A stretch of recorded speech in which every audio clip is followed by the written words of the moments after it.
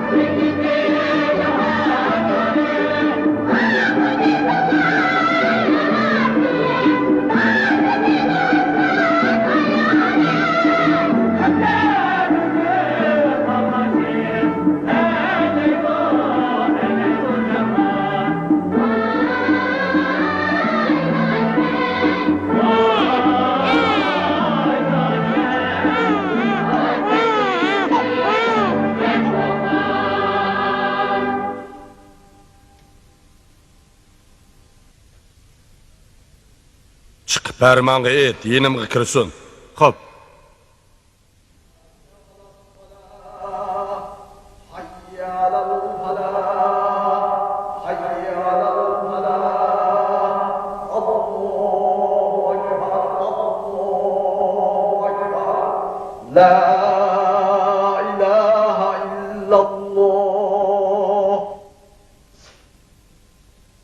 Allahu Ekber, Allahu Ekber, La ilahe illallah, Allahu Ekber, Allahu Ekber ve lillahil hamd.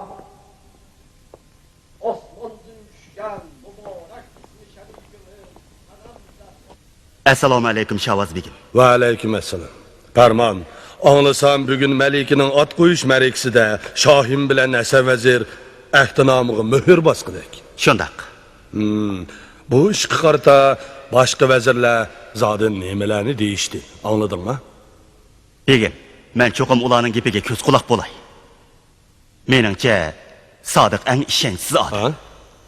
O'tgan yili kuzda men Shoyin bilan Hasan vezirga hamroh bo'lib shikorga chiqqan edim.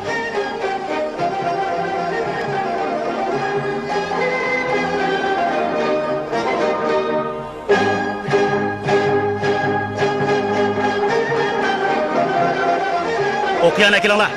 To'xtanglar. Nima ish bo'ldi Hasan vezir?